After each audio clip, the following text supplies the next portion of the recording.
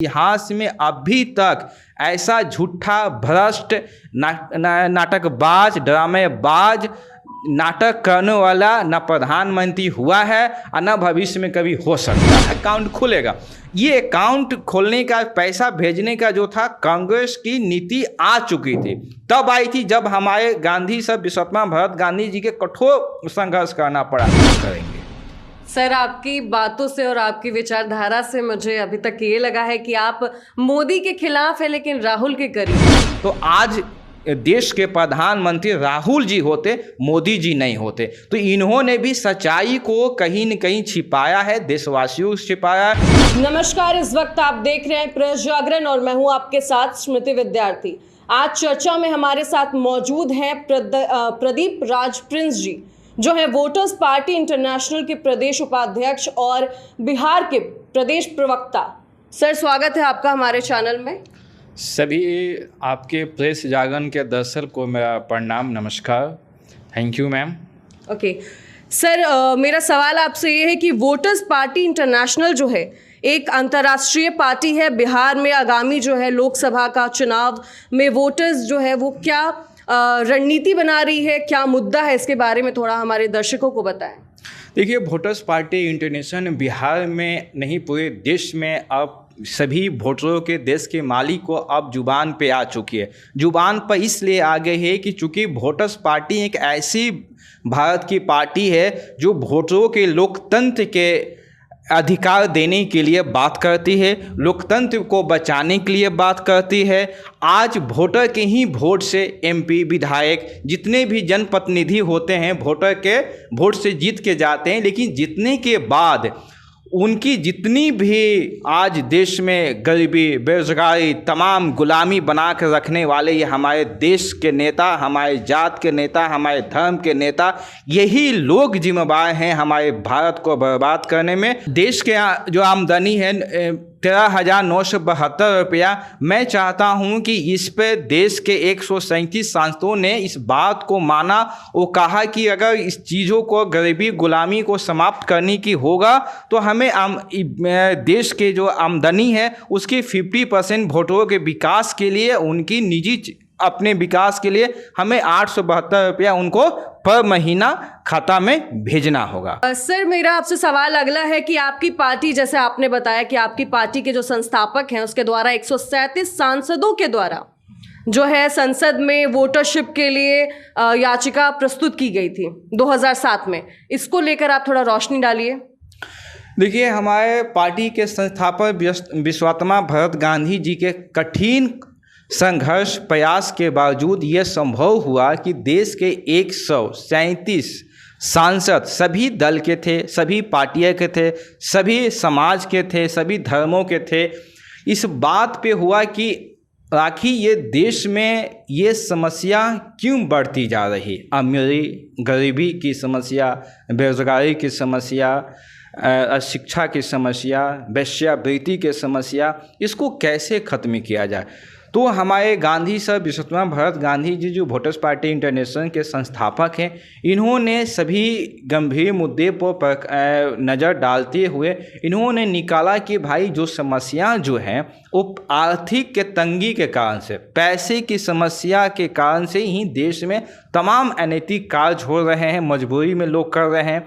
इसको क्यों न समाप्त किया जाए। ये 137 सांसद देने के बाद लगभग 2007 में संसद में याचिका प्रस्तुत हुआ।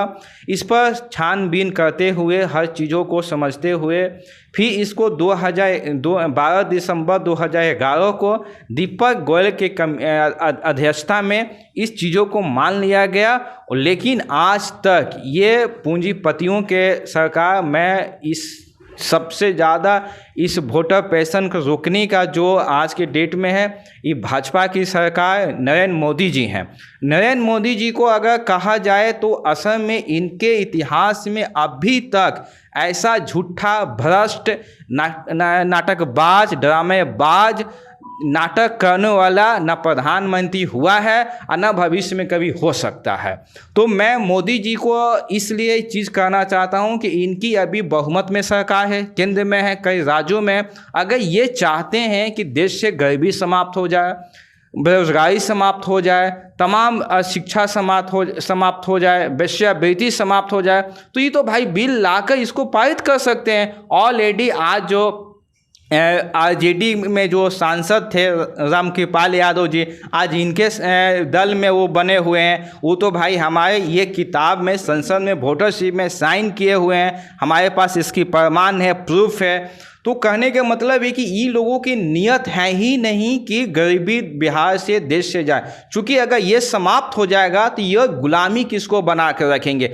आज गरीबी के कारण जब इनकी सभाएं में लोग पैसे के बल पे आते हैं, खाना खाने के नाम पे 200 रुपया दिया जाता है कि चलो तुम्हारे सभा में चलो, तो जब ये प्रत्येक वोटरों को 8,000 रुपया मिलने लगेगा तो इनकी सभा में भीड़ कैसे लगेगा। इनके लिए इलाहाबाद, जहानाबाद और जयबाद कौन बोलेगा।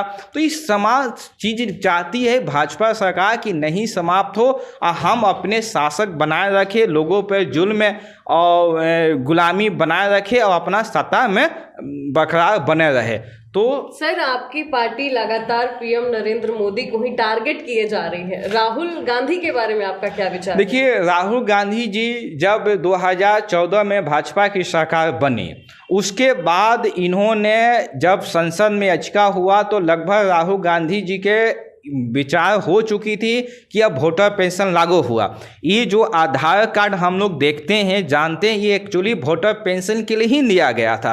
कांग्रेस जब सत्ता में थी तो उन्होंने एक विज्ञापन दिया और कहा कि कोई ऐसे आईटी सेल के बंदे हो, चाहे कोई भी सॉफ्टवेयर इंजीनियर हो, यह बताए कि भारत के लोग बहुत ठगी हैं, चिटफंड है, कोई ऐसा सॉफ्टवेयर बनाइए, ऐसा कोई पहचान पत्र बनाइए ताकि उनको एक जगह ही अकाउंट खोले, दोबारा अकाउंट नहीं खोल पाए। मतलब ऐसा कोई पहचान पत्र कि इस सेक्टर का जो अकाउंट एक ही होना चाहिए। तो उस पर आप गूगल पर सर्च कर सकती हैं। नीलकर्णी जी बहुत बड़े विद्वान आईटी सेक्टर थे, सॉफ्टवेयर थे। उन्होंने कहा कि ये जो आँख के पुतली है और 5 उंगली के स्कैन को लेकर अगर हम लोग कोई एक आइडेंटिटी कार्ड बनाते हैं, इसके माध्यम से भारत में कहीं भी एक व्यक्ति एक ही जगह अकाउंट खोलेगा। ये अकाउंट खोलने का, पैसा भेजने का जो था, कांग्रेस की नीति आ चुकी थी। तब आई थी जब हमारे गांधी साहब विश्वत्मा भरत गांधी जी के कठोर संघर्ष करना पड़ा। लेकिन उसी समय एक बहुत बड़ी घटना घटी, 2G स्पेक्ट्रम घोटाला, जो बड़े बड़े उद्योगपति इसमें फंस रहे थे और उद्योगपतियों के षड्यंत्र के कारण कांग्रेस हटी और भाजपा सत्ता में आई। और वोटर पेंशन की जो लड़ाई थी, विचार थी, आज के आज ये पेंडिंग पड़ी रही। अब हम लोगों की है कि इस विचार को जन जन तक को पहुंचाकर और वोटर्स पार्टी के जो मुद्दा है, हम लोग बिहार में आगामी लोकसभा के चुनाव में जो कि लाकर इस पे केंद्र में अपने कैंडिडेट को भेजकर और इस विचार को हम लोग लागू कराने के बहुमत से काम करेंगे। सर, आपकी बातों से और आपकी विचारधारा से मुझे अभी तक ये लगा है कि आप मोदी के खिलाफ है लेकिन राहुल के करीब हैं। ठीक है, तो हम उम्मीद लगा सकते हैं कि क्या आप महागठबंधन का साथ देंगे या फिर एनडीए का साथ देंगे? देखिए, हम किसी के खिलाफ अपक्ष में नहीं हैं। हमारी लड़ाई है गुलामी मुक्त भारत को बनाना। हम नहीं चाहते कि हमारे देश गुलाम रहे। ठीक है, तो जो लोग इस साथ में हैं, आपको मैं बता दूं कि ये राहुल गांधी जी की जो एक न्यूनतम आय, आप सुनी होंगी कि इन्होंने घोषणा किया था असम की चुनाव में कि मैं और लोकसभा के में चुनाव में 2019 के लोकसभा के चुनाव में इन्होंने घोषणा किया था कि अगर हमारी केंद्र में सरकार बनती है तो हम हर व्यक्तियों की न्यूनतम आय देंगे। तो ये न्यूनतम आय वोटर पेंशन की 2 कॉपी थी। अगर इन्होंने पूरी सिस्टमेटिक ढंग से अगर ये वोटर पेंशन की बात को अगर रखते जनता में, तो आज देश के प्रधानमंत्री राहुल जी होते, मोदी जी नहीं होते। तो इन्होंने भी सच्चाई को कहीं न कहीं छिपाया है, देशवासियों से छिपाया है, देश के मालिक वोटरों से छिपाया है, और ये भी इस गुनाह के दायरा में है। और हम चाहते हैं कि इन लोगों के पूंजीपतियों से जो चंदा लेके चुनाव लड़ते हैं, देखिए हमारे पास ये पूरी लिस्ट है। ये ये देखिए, ये लिखा हुआ है कि लोकसभा के चुनाव में 1 वोट के पाने के लिए भाजपा सरकार 700 रुपया खर्च कर रही है। तो ये बताइए कि जब ये पूंजीपति से पैसा लेके चुनाव जीतेंगे तो क्या देश के वोटरों के लिए कभी भी ये नियम कानून बनाएंगे? क्या उनके लिए सोचेंगे? कभी नहीं सोचेंगे। इसलिए मैं कहना है देश के मालिक वोटरों को कि इस बार जो है वोटर्स पार्टी को आप लोग वोट दीजिए। आप वोटर्स पार्टी को सरकार बनाइए। क्यों सरकार बनाइए? आप देश के मालिक हैं। आपको देश की साझी संपत्ति, जिस तरह से निजी संपत्ति, सार्वजनिक संपत्ति और साझी संपत्ति हमारे देश में जितनी भी कोयला, सोना, चांदी, अवरख, तमाम प्राकृतिक संसाधनों है, उसमें हमारी हिस्सेदारी है। और उसमें हिस्सेदारी लेने के लिए हमें संसद में वोटरशिप की लड़ाई को जिताने के लिए आपको वोटर्स पार्टी के सदस्य बने, वोटर्स पार्टी इंटरनेशनल कैंडिडेट को वोट दें, ताकि ये नियम जल्द से जल्द 2024 में जो है हम लोग सत्ता बना के देश के मालिक को अपना अधिकार दिलवा पाएं और भारत को आर्थिक आज़ादी दिलवाने में हम लोग समर्थ हो पाएं। सर, तो आपकी पार्टी आगामी जो लोकसभा चुनाव है उसमें किसको टिकट देगी? किसी महिला को या फिर किसी नौजवान को? देखिए, हम लोग वोटर्स पार्टी इंटरनेशनल ऐसे कैंडिडेट को तलाश में है जो समाज सेवक की भूमिका में है। हम लोग आरजेडी, जेडीयू, भाजपा, कांग्रेस जैसा नहीं है जो गुंडों को, बदमाशों को, मर्डर रेपिस्ट को हम लोग टिकट नहीं देने जा रहे हैं। हमारी जो, मैं इसका प्रमाण दे दूं कि जितने भी भाजपा के कैंडिडेट हैं, कांग्रेस के कैंडिडेट हैं, इस सब लोग जो हैं एक क्राइम का है। ये देखिए, ये लिखा हुआ इसमें हर दूसरा सांसद जो है अपराधी है। तो ये अपराध कहाँ से बनते हैं? ये क्या कभी भी जन सेवक हो सकते हैं? जनता सेवक हो सकते हैं? समाज में सेवक बन सकते हैं? नहीं बन सकते हैं। जब इतने बड़े दागी लोगों को ये ऐसी सरकार सत्ता में लाएगी, टिकट देगी, तो कभी भी समाज का कल्याण नहीं हो सकता, समाज में बदलाव नहीं हो सकता। इसलिए हमारी पार्टी जो इस बार संघर्षशील समाजवादी विचार के धारा के लोगों को टिकट देगी और नौजवान महिलाओं को हम लोगों ने सबसे ऊपर स्टेगर में रखे हैं। लगभग 70% हम लोग नौजवानों को टिकट देंगे, महिलाओं को टिकट देंगे और इसके बाद कुछ ऐसे लोगों को हम लोग टिकट देंगे जो अपनी इस हमारे विचारधाराओं के साथ अपनी राय सहमति जताएं और हमारे साथ आने वाले।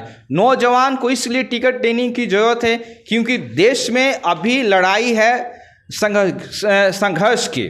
तो संघर्ष में हम लोग चाहते हैं कि हमारे सेना मजबूत हो, संघर्षशील हो, ताकि ये लड़ाई छोटी लड़ाई नहीं है, बहुत बड़ी लड़ाई है। और इस लड़ाई में अपनी तन मन धन से इस साथ दे और भारत को एक अखंड भारत को बनाया जा सके, इस विचार को लेकर हम लोग आगे बढ़ने के काम कर रहे हैं। वोटर्स पार्टी का अब देखना होगा कि वो किसका साथ दे रही है, बीजेपी या फिर कांग्रेस, महागठबंधन या एनडीए। सर, धन्यवाद आपका हमारे साथ आज सेशन में जुड़ने के लिए। थैंक यू मैम आपको। जी। और ऐसे ही पॉलिटिकल अपडेट्स और ख़बरों के लिए बने रहे हमारे साथ।